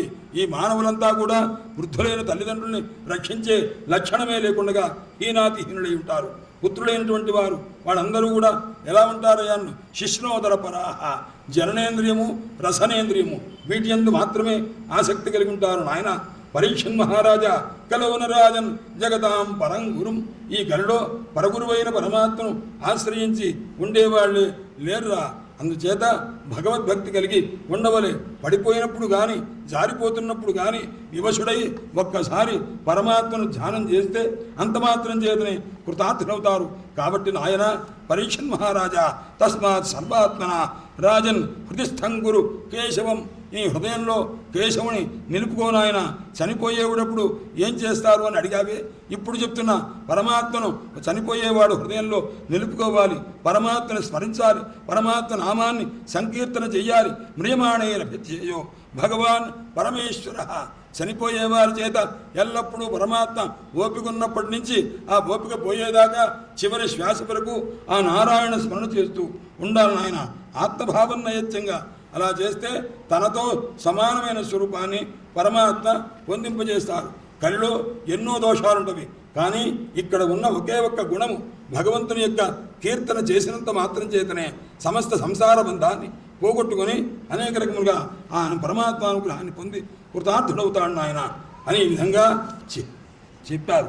చెప్పిన తర్వాత ఏతా కురుశ్రేష్ఠ. నాయన, ప్రళయములు ఎన్ని రకములుగా ఉన్నవి అంటే నిత్య ప్రళయము, నైమిత్తికము, ప్రాకృతము, ఆత్యంతికము అని 4 రకాల ప్రళయాలున్నవని అదంతా చెప్పారు. అయినా విన్నావా? ఇదంతా ఇప్పటిదాకా నీకేం చెప్పాను? భగవంతుని యొక్క, కృష్ణ పరమాత్మ యొక్క, నారాయణస్య అఖిల సత్వధామ్న, సమస్తమైనటువంటి జీవులందు ఉండే పరమాత్మ యొక్క కథ. సంసార సముద్రాన్ని తరించడానికి నాయన వేరొక దెబ్బ రెక్కనెక్కవలసిన అవసరం లేదు. పరమాత్మ యొక్క నామ సంకీర్తన తప్ప భగవంతుని యొక్క కథాశ్రవణము తప్ప వేరొక తెప్పనెక్కడం అవసరం లేదు. ఆ భగవంతుని యొక్క కథాశ్రవణం అనేటువంటి నౌకనెక్కితే ఈ సంసార సముద్రాన్ని అవలీలగా దాటవచ్చు నాయన. అది నీకు చెప్పాను రా అబ్బాయి. పరమాత్మ అనుగ్రహించి నీకు చెప్పమని నన్ను పంపించారు. ఇమాం భాగవతీం ప్రీత సంహితాం వేద సంహితాం, వేదంతో సమానమైనటువంటి ఈ దివ్యమైన విషయాన్ని నీకు చెప్పాను నాయన. అందుచేత నువ్వు అన్నావే స్వామి నేను మరణిస్తానండి 7 రోజుల్లో అన్నాన్ని పిచ్చివాడా. పరీక్షన్ మహారాజా తంతురాజన్ మరిష్యేతి పశుబుద్ధి మిమాంజేయి. నాయన నేను చనిపోతానండి 7 రోజుల్లో చనిపోతానండి అనేటువంటి భయాన్ని ముందు విడిచిపెట్టు నాయన. నువ్వు అసలు పుడితే కదరా పోవటానికి నజాత ప్రాగభూతోజ దేహవత్తన్న ననంక్షసి. నీవు పుట్టలేదు, నువ్వు నిత్యస్వరూపుడవు. నిత్యమైన దానికి పుట్టుక లేదు, మరణం లేదు. నువ్వు ఆత్మస్వరూపుడవు. ఆత్మకి పుట్టుక చనిపోవడం ఉంటున్నాయినా అది ఉండనే ఉండదు. కాబట్టి నువ్వు నశించేవాడివి కాదు. నా భవిష్యత్తు భూత్వాత్వం. నువ్వు ఇప్పుడు పోయేది లేదు, పోకపోతే పుట్టేది భవిష్యత్తులో లేదు నాయన. అందుచేత ఇదంతా స్వప్నప్రాయమైనటువంటి ఈ శరీరమందు భ్రాంతిని విడిచిపెట్టు అని రకంగా పరమాత్మ చెప్పేసి తత్వాన్ని చెప్పేసరికి ఎలా అనుకోవాలో తెలిసినా నాయన పరీక్షన్ మహారాజా మనస్సులో నేను చెప్పిన రీతిగా ధ్యానం చేసుకో. అహం బ్రహ్మ పరంధామ బ్రహ్మాహం పరమం పదం అనుకో. అంటే అహం బ్రహ్మ పరంధామ అంటే జీవునకు శోకమోహములు లేవు అని తెలుసుకో. అహం బ్రహ్మ పరంధామ, నేను జీవుణ్ణి కాదు, నాకు శోకం లేదు, మోహం లేదు. ఎందుకు లేవు? నేను బ్రహ్మను కాబట్టి నాకు లేదు. నేను పరంధామ పరమాత్మ స్వరూపుణ్ణి. బ్రహ్మాహం పరమం పదం అన్నారు. అంటే బ్రహ్మను నేను బ్రహ్మను అనుకుంటే అర్థమేమిటి? నాకు శోకము మోహాలు లేవు అని అర్థం. బ్రహ్మాహం అంటే అర్థమేమిటి? నేను పరోక్షం కాదు, అపరోక్షమైన ఆనంద స్వరూపం నాది అని ఈ రకంగా అహం బ్రహ్మ పరంధామ బ్రహ్మాహం పరమం పదం. అహం బ్రహ్మ బ్రహ్మాహం, అహం బ్రహ్మ బ్రహ్మాహం, అహం బ్రహ్మ శోకమోహం లేదు, బ్రహ్మాహం నేను పరోక్షం కాదు, అపరోక్షానంద స్వరూపమైన దాన్ని అని రకంగా తెలుసుకో. వింటున్నావా నాయన? పరీక్షన్ మహారాజా తాత యథాత్మ పృష్టవాన్ నృప, నువ్వు నన్ను ఏదైతే అడిగావో ఆ దివ్యమైనటువంటి తత్వాన్ని ఆ పరమాత్మ కృపచేత నీకు అందించాను నాయన అని ఈ విధంగా అనేసరికి మహానుభావుడు పరీక్షన్ మహారాజు అత్యంత శ్రద్ధగా విన్నవాడై ఏతన్నిశమ్య మునునాభీతం పరీక్షిత, ఇంత దివ్యమైన రీతిగా ఆపకుండగా అత్యంత శ్రద్ధగా ఆర్తితోటి ఉన్నటువంటి వాడిని ఉద్ధరించగలందులకై మృత్యుభీతితో భయపడుతున్నటువంటి వాడు మృత్యువు యొక్క భయం చేత అట్టి వారిని ఉద్ధరిస్తూ ఇంత విషయం చెప్పి చిట్ట చివరికి ఏం చెప్పారంటే ఇతన్ని ఉద్ధరించే ఆ మోక్షస్వరూపాన్ని పొందడానికి అహం బ్రహ్మ బ్రహ్మాహం, అహం బ్రహ్మ బ్రహ్మాహం అని చెప్పి మహానుభావుడు చెప్పేసరికి విన్నారు. ఎవరు చెప్పారయ్యారు? వ్యాసాత్మజేన. ఆయన సమస్తమైన వారి యందు ఆత్మస్వరూపాన్నే చూస్తున్నారు. అందుకోసమే పరీక్షన్ మహారాజు నేను చచ్చిపోతానండి, నాకు భయంగా ఉందండి అన్నారు. ఓరి పిచ్చివాడా, నీకు చావు ఎక్కడదిరా? నీవు ఆత్మస్వరూపం కదా. ఎందుకంటే పరీక్షన్ మహారాజు యొక్క దేహం కనిపించట్లా, పరీక్షన్ మహారాజు యొక్క భ్రాంతి కనిపించట్లా. పరీక్షన్ మహారాజులో పరమాత్మనే దర్శించారు. నగ్నంగా స్నానం చేస్తున్న ఆడవాళ్ళని చూస్తే వాళ్ళలో పరమాత్మనే చూచారు తప్ప వారు ఆ సౌందర్యాన్ని ఆ నగ్న రూపాన్ని చూడలేదే. అట్టి పరమాత్మ స్వరూపమైనటువంటి సుఖయోగేంద్రుల వారికి పరీక్షన్ మహారాజు నాయన ప్రాగభూత, నువ్వు ఇదివరకు లేవురా, ఈ తర్వాత అంటే ఇదివరకు పుట్టింది లేదు, తర్వాత పోయేది లేదు, ఈ భూతం లేదు, భవిష్యత్తు లేదు నాయన, నీకేం లేదు, నువ్వు నిత్యమైన ఆత్మస్వరూపం రా, నీకు మరణం ఏమిటి నాయన లేదు, దేహ భ్రాంతి, ఆ భ్రాంతినే విడిచిపెట్టు అని చెప్పి అందువల్ల అహం బ్రహ్మ బ్రహ్మాహం అనుకోమన్నారు. ఇంత మాట అనేసరికి వెంటనే జ్ఞానం కలిగింది మహనీయుని యొక్క మహోపదేశం చేత. ఒక్కసారి పరీక్షన్ మహారాజు నెమ్మదిగా వచ్చి సుఖయోగేంద్రుడు వారి పాదాలు పట్టుకొని నతేన మూర్ధ్న బద్ధాంజలి, చేతులు జోడించాడు, నమస్కారం చేశాడు. ఇతమాహస విష్ణురాత, ఒకరు విష్ణురాతుడు, విష్ణువు చేత రక్షింపబడ్డవారు పరీక్షత్తు. చెప్పేదెవరు? బ్రహ్మరాతుడు, పరబ్రహ్మ రూపంగా ఉన్న పరమాత్మ చేత అనుగ్రహింపబడ్డవారు సుఖయోగేంద్రుల వారు. ఈ రకంగా చెప్పేసరికి పరీక్షన్ మహారాజు విన్నాడు. స్వామి సిద్ధోస్మి అనుగృహీతోస్మి, స్వామి నేను సిద్ధుణ్ణయ్యాను స్వామి, అంటే మీ మహోపదేశం విని నేను జ్ఞానాన్ని పొందాను. అపరోక్ష బ్రహ్మ సాక్షాత్కారం, అహం బ్రహ్మ లేదు, బ్రహ్మాంలో ఉన్నా, అంటే నేనే బ్రహ్మను అన్న జ్ఞానం నాకు కలిగింది స్వామి. ఎలా కలిగిందయ్యా?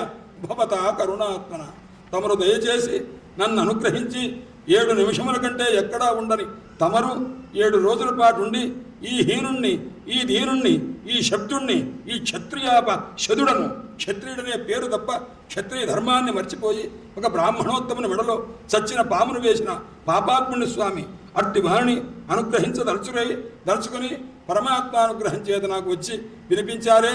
శ్రావిత వినిపించారు స్వామి. ఎన్ని రోజులు? 7 రోజుల పాటు వినిపించారు స్వామి. యచ్చమే సాక్షాత్ ఎవరిని వినిపించారు? అనాది నిధనో హరి, ఆది మధ్యాంత రహితుడైన పరమాత్మ తత్వాన్ని నాకు ఉపదేశం చేశారే.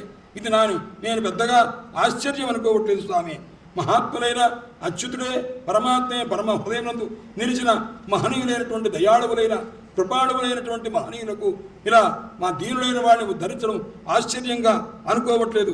వారి సహజమైన స్వభావము మా వంటి అజ్ఞానం కలిగిన తాపదప్తులైనటువంటి వారి యందు మీరు చూపించినటువంటి అనుగ్రహం ఉన్నదే, అది సాటిలేనిది స్వామి. ఈ పురాణ సంహితని మేము జాగ్రత్తగా విన్నాము మీ వల్ల అని అటు మహర్షులను చూపిస్తూ వారు విన్నారు, నేను విన్నాము, మేమంతా స్వామి మీ కృప వల్ల విన్నాము. ఎందుకంటే ఏ దివ్యమైన మీరు చెప్పిన భాగవత సంహితలో యశాంఖలు స్తూయతే భగవంతుడు కృష్ణ పరమాత్మ ప్రతి పదమునందు నాయన, ప్రతి స్కంధంలో కృష్ణ కథ ఉంది, ప్రతి అధ్యాయంలో కృష్ణ కథ ఉన్నది, ప్రతి శ్లోకంలో కృష్ణ కథ ఉన్నది, ప్రతి పదంలో కృష్ణ కథ ఉన్నది, ప్రతి అక్షరంలో కృష్ణ కథ ఉంది నాయన.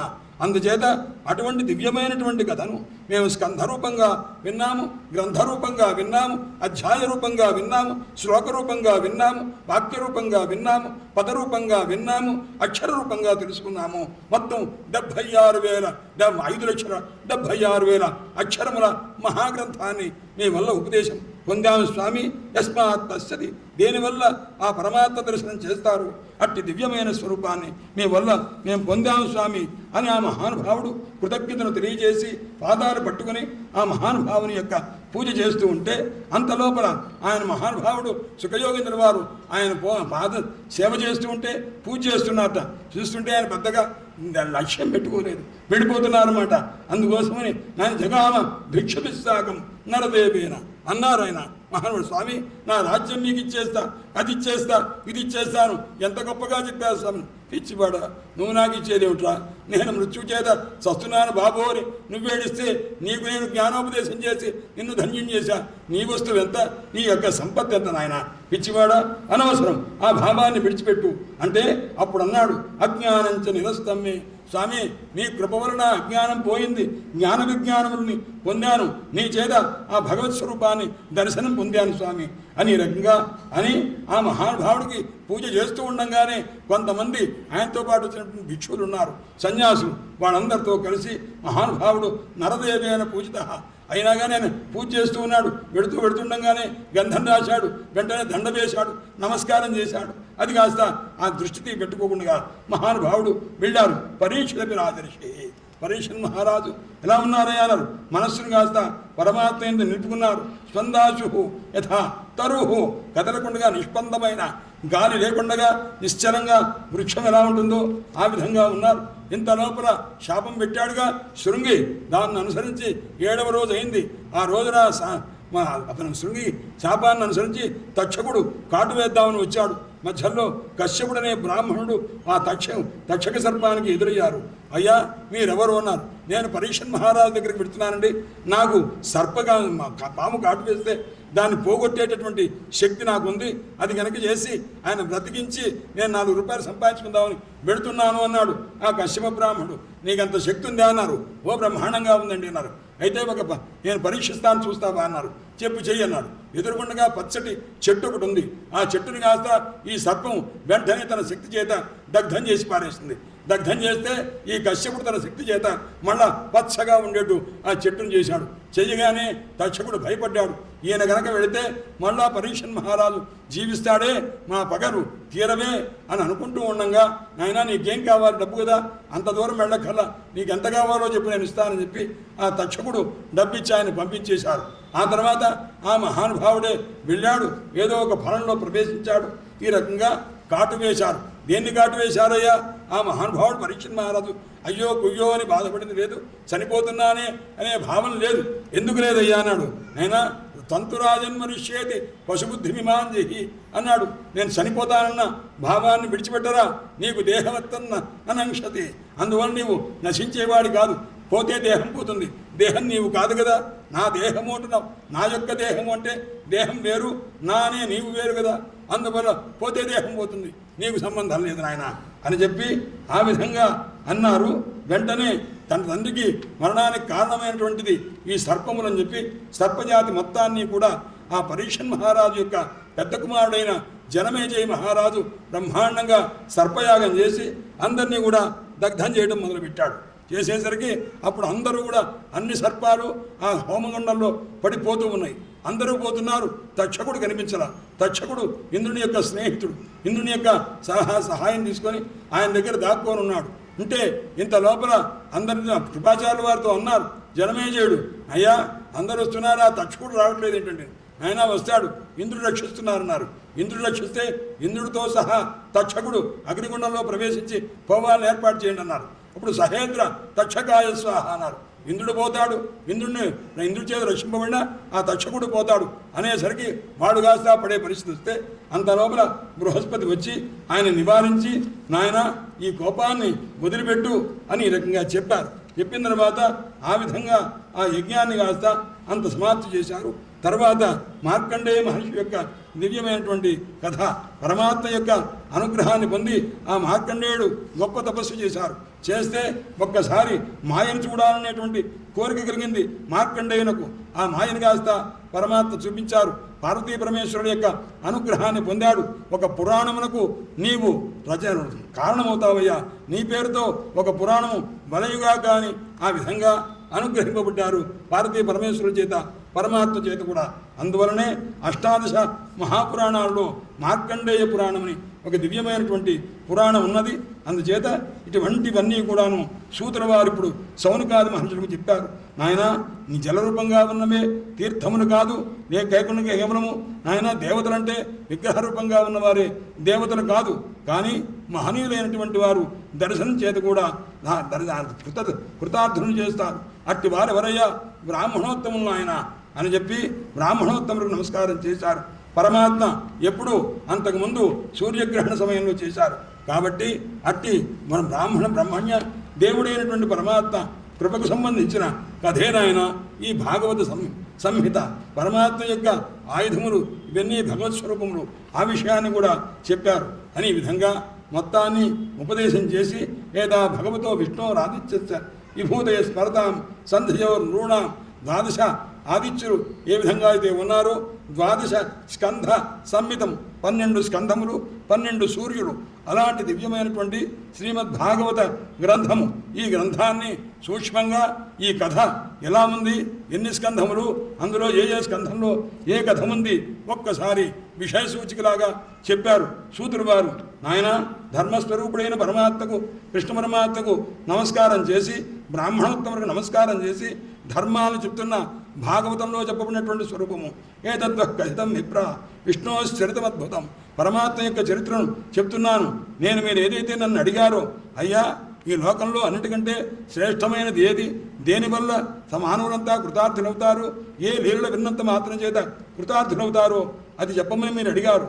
అది ఎవరయ్యా ఆ కథ అంటే, సంకీర్తిత సాక్షాత్ సర్వ పాప హరో హరి, సమస్త పాపాలు పోగొట్టేటువంటి పరమాత్మన్నారే వారే నాయన. ఆయన శ్రీమన్నారాయణమూర్తి, ఆయనే హృషీకేశుడు.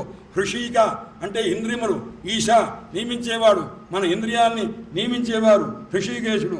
భగవంతుడైన భక్తులకు రక్షకుడైన పరమాత్మ యొక్క కథ ఇదే భాగవతము.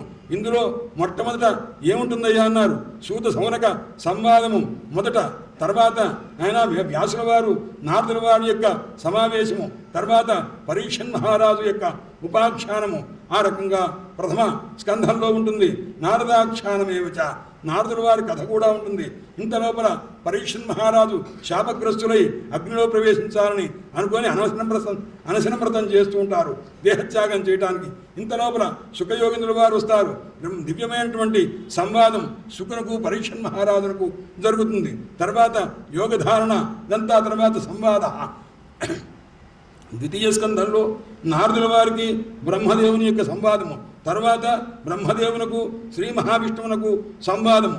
ఈ విషయమంతా ద్వితీయ స్కంధంలో చెప్తారు. తృతీయ స్కంధంలో విదురుడు ఉద్ధవుడు వీళ్ళిద్దరూ కూడా యమునా తీరంలో కలవటం, తర్వాత విదురుడు మైత్రేయ మహర్షి ఇద్దరు హరిద్వారంలో కలవటం, భాగవత కథను చెప్పుకోవడం, పురాణ సంహితకు సంబంధించిన ప్రశ్న, మహాపురుషుని యొక్క అవతారము, ఆయన ఉనికి, ఆ ప్రాకృతికమైన సర్గ సృష్టి, వైకృతికమైన సృష్టి, బ్రహ్మాండం యొక్క విశాలత, ఇదంతా కూడాను తృతీయ స్కంధంలో చెప్తారు.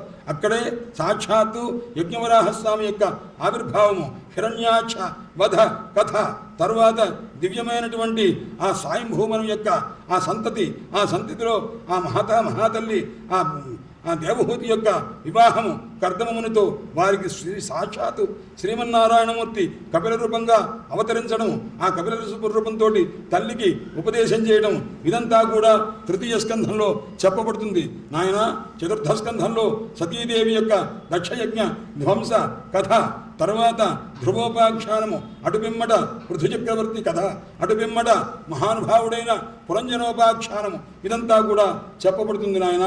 పంచమ స్కంధంలో దివ్యమైనటువంటి చరిత్ర, ఎవరిదయా ప్రియవ్రత ఉపాఖ్యానము, ఆగ్నేయ ధ్రువోపాఖ్యానము, నాభిచరిత్ర, ఋషభోపాఖ్యానము, భరతోపాఖ్యానము, ఆ తర్వాత భరత రఘుగణ సంవాదము, దివ్యమైనటువంటి ప్రపంచము, ఆ ప్రపంచము యొక్క స్థితి, ఎక్కడెక్కడ ఎవరెవరు దేవతారూపంగా ఉంటారో అదంతా చెప్తారు. ద్వీప వర్ష సముద్రాణం గిరి నది ఉపవర్ణనం, ఇదంతా కూడా చెప్తారు. భూలోకంలో ఉన్న విషయం చెప్పి జ్యోతిశ్చక్రములు, ఆకాశంలో ఉన్నటువంటి ఆ జ్యోతిశ్చక్రముల యొక్క వర్ణన, ఇదంతా జరుగుతుంది. అధోలోకములు, అతలపితరాది లోకముల యొక్క వర్ణన జరుగుతుంది. ఇదంతా పరమాత్మ యొక్క స్థూల రూపమని నిర్ధరింపబడుతుంది నాయన. అటువంటి దివ్యమైనటువంటి కథ పంచమ స్కంధంలో ఉన్నది. షష్ఠ స్కంధంలో త్వష్ట ప్రజాపతి, అంతకుముందు విశ్వరూపుని యొక్క వధ, ఆ తర్వాత త్వష్ట ప్రజాపతి యొక్క కుమారుడైనటువంటి వృత్రాసుర వధ, ఆ తర్వాత మరుదేవతల యొక్క స్వరూపము, ఈ కథంతా కూడా షష్ఠ స్కంధంలో చెప్పబడుతుంది.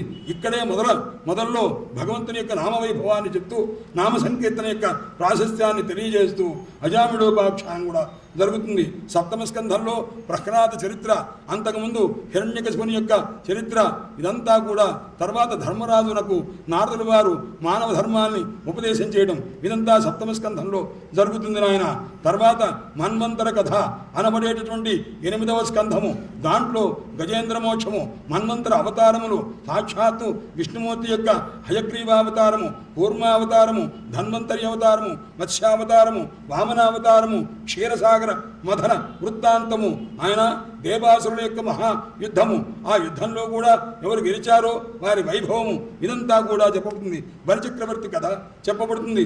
రాజవంశం యొక్క కీర్తనంతా ఉంటుంది. నవమ స్కంధంలో విశ్వాక్ మహారాజు యొక్క పుట్టుక, సుజ్జుమ్నుని యొక్క పుట్టుక, ఇల్లుడుగా ఇలాగా ఉండటం, తర్వాత మా పురుషుడుగా తయారవడము, తర్వాత తారోపాఖ్యానము, సూర్యవంశపురాజుల చరిత్ర, రామచంద్రమూర్తి యొక్క కథ వైభవము, శశాదుడు మొదలైన రాజుల యొక్క చరిత్ర, మృగచక్రవర్తి యొక్క చరిత్ర, సుకన్యా చరిత్ర, శర్యాతి మహారాజు కథ, ఖట్వాంగుని కథ, రామచంద్రమూర్తి కథ, ఇవన్నీ కూడా చెప్తారు.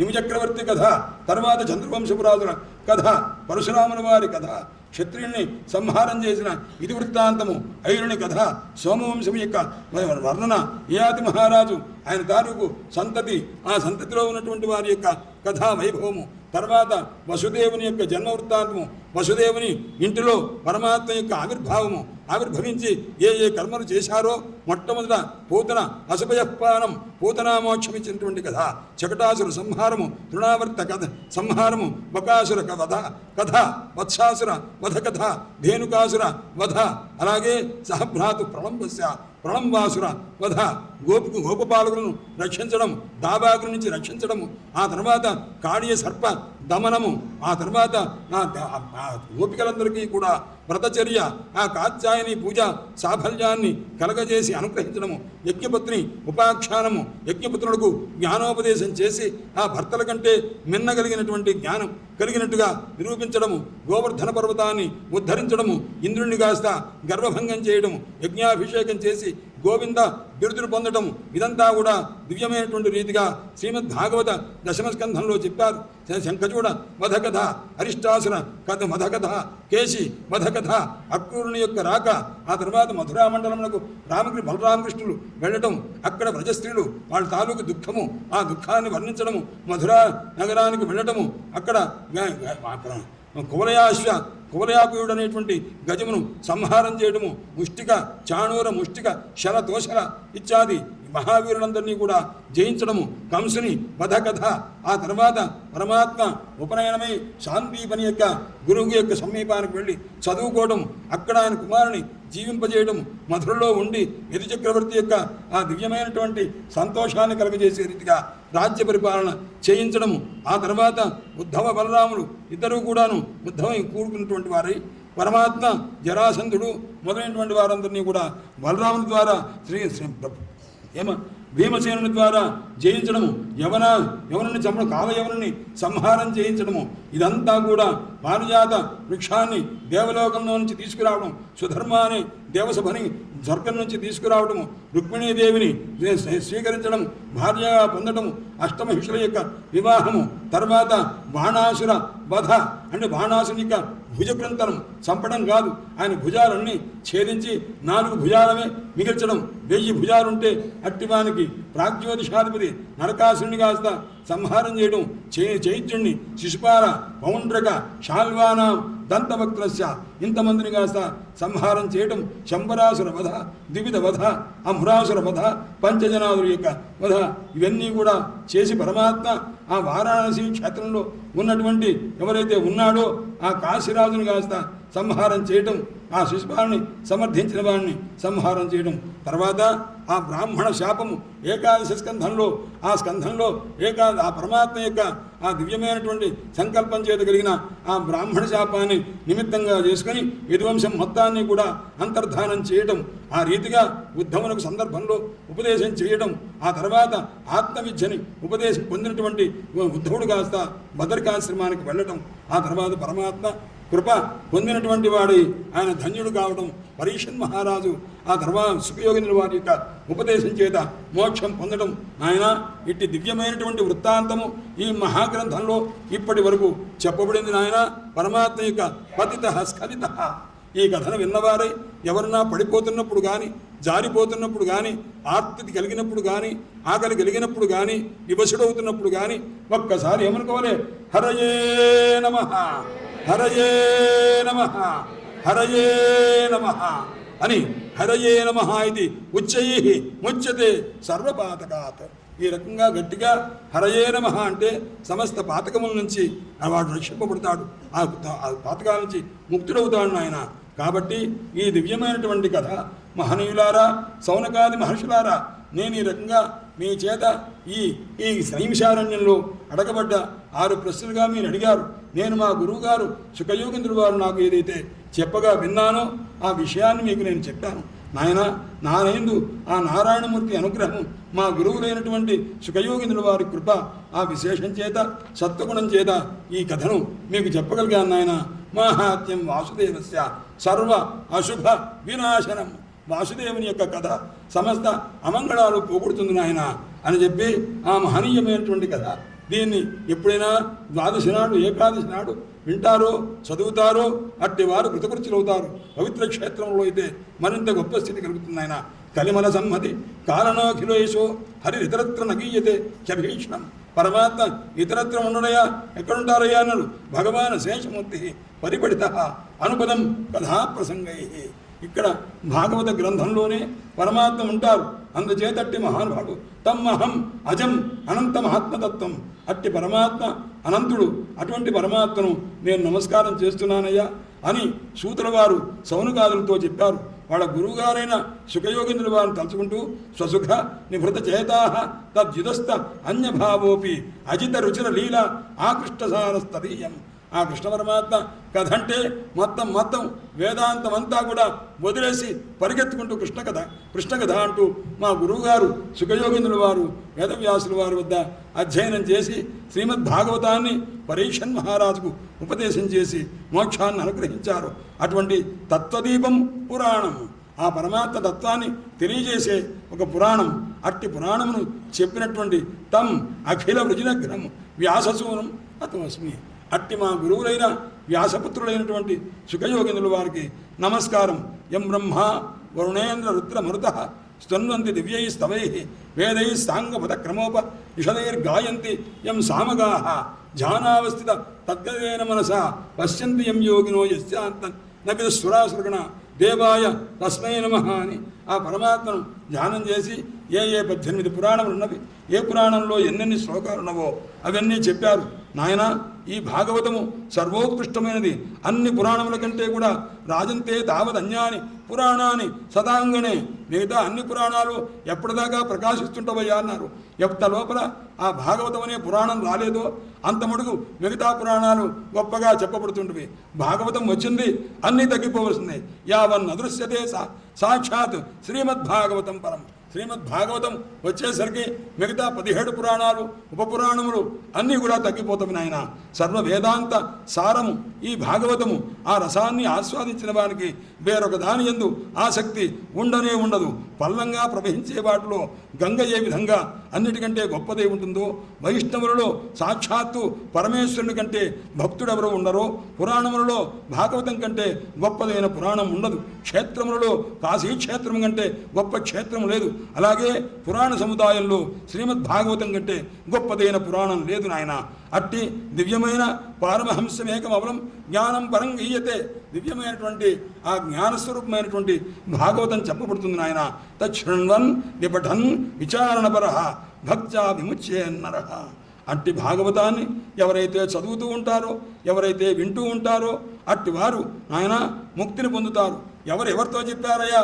కస్మయ్యేన విభాషితః. కస్మై అంటే బ్రహ్మదేవుని కొరకు శ్రీ మహావిష్ణువు చతుశ్లోకి రూపంగా ఈ భాగవతాన్ని చెప్పారు. అట్టి భాగవతాన్ని అదే మహావిష్ణువు బ్రహ్మరూపాన్ని పొంది తన కుమారుడైన నారదుల వారికి చెప్పారు. అదే మహావిష్ణువు నారద రూపాన్ని ధరించి తన స్నేహితుడైన శిష్యుడైన వేదవ్యాసుల వారికి చెప్పారు. అదే మహావిష్ణువు వ్యాసునిలో ప్రవేశించి తన కుమారుడైన సుఖయోగింద్రుల వారికి చెప్పించారు. అదే మహానుభావుడు సుఖయోగింద్రుల వారు శ్రీ మహావిష్ణువే సుఖయోగింద్రుల వారి లోకానుగ్రహార్థం పరీక్షన్ మహారాజుకి ఉపదేశం చేశారు నాయన. కస్మయ్యేన విభాషితోయం అతులో జ్ఞానప్రదీప పురా తద్రూపేణ చ నారదాయ మునయే కృష్ణాయ తద్రూపిణ. మొత్తం రూపం ఏమిటయ్యా అన్నారు? విష్ణు రూపము బ్రహ్మ, విష్ణువే బ్రహ్మ. నారదుల వారు విష్ణువే నారదుల వారు, వ్యాసుల వారు విష్ణువే వ్యాసుల వారు, శుకుల వారు విష్ణువే శుకుల వారు. ఆ రూపంగా మహానుభావుడు అవతరించి తచ్చుద్ధం విమలం విశోకం అమృతం సత్యం పరం ధీమహి. అట్టి సత్యమైన పరమైన ఆ బ్రహ్మతత్వమైన ఆ సుఖయోగింద్రుల వారికి ధ్యానం చేస్తున్నాము. ఆ వ్యాసుల వారిని ధ్యానం చేస్తున్నాము. ఆ నారదుల వారిని ధ్యానం చేస్తున్నాము. ఆ వేదవ్యాసుల నారదుల వారిని ధ్యానం చేస్తున్నాము. ఆ బ్రహ్మదేవుని ఆ మహావిష్ణువుని కృష్ణ పరమాత్మని ధ్యానం చేస్తున్నాము. నమస్తస్మై భగవతే వాసుదేవాయ సాక్షిణే ఏదం కృపయా కస్మై వ్యాచచక్షే ముముక్షవే యోగేంద్రాయ నమస్తస్మై సుఖాయ బ్రహ్మరూపిణే సంసార సర్పదష్టం యో విష్ణురాతం అమూముచతు. నాయన, సంసారం అనే సర్పం చేత కాటు వేయబడుతున్నటువంటి ఏ విష్ణురాతుడు అనబడేటువంటి పరీక్షిత్తుని సుఖయోగింద్రుల వారు రక్షించారో, భాగవతోపదేశం చేత ఆ సర్పబాధ లేకుండా చేశారో అట్టి పరమాత్మ స్వరూపమైన శుకుల వారికి నమస్కారం అయ్యా అని చెప్పి ఈ శ్లోకం అందరం పలుకుదాం. భవే భవే యథా భక్తి పాదయోః తవ జాయతే తథా కురుష్వ దేవేశ నాథస్త్వం నో యతః ప్రభో నామ సంకీర్తనం యస్య సర్వపాప ప్రణాశనం ప్రణామో దుఃఖ శమనః తం నమామి హరిం పరం. హరయే నమః హరయే నమః హరయే నమః. జన్మాద్యసేతోన్వయాదృష్టాంతరాట్ తేనే బ్రహ్మోదాయ ముఖ్యం సూర్యః.